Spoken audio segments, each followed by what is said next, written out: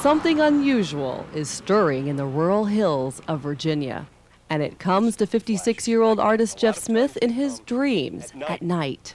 I'll be lying in bed and there's this light that goes on and I see a piece of sculpture. And I draw this thing with my eyes closed, basically, and I write notes on it just so I won't forget it, because if you don't jump on it, it'll leave you.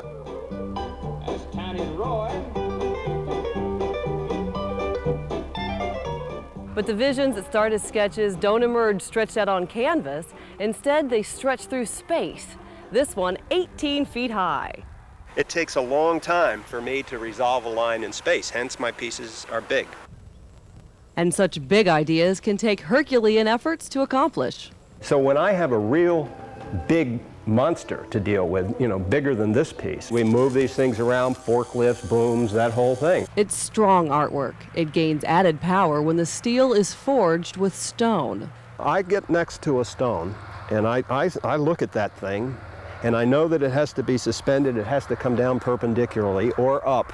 Somehow I feel when I get up over that stone with my rotary hammer, I know where the heart of that sucker is. It's a little bit like totems. To me, it's very primitive.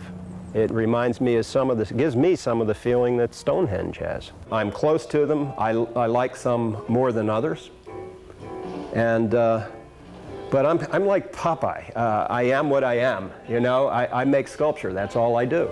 Andy's been doing it for almost 30 years. Each nighttime vision can take weeks, even months to complete. Yet all are unusual and unique. One dream turned into another. Gina London for CNN in Old Pratts, Virginia.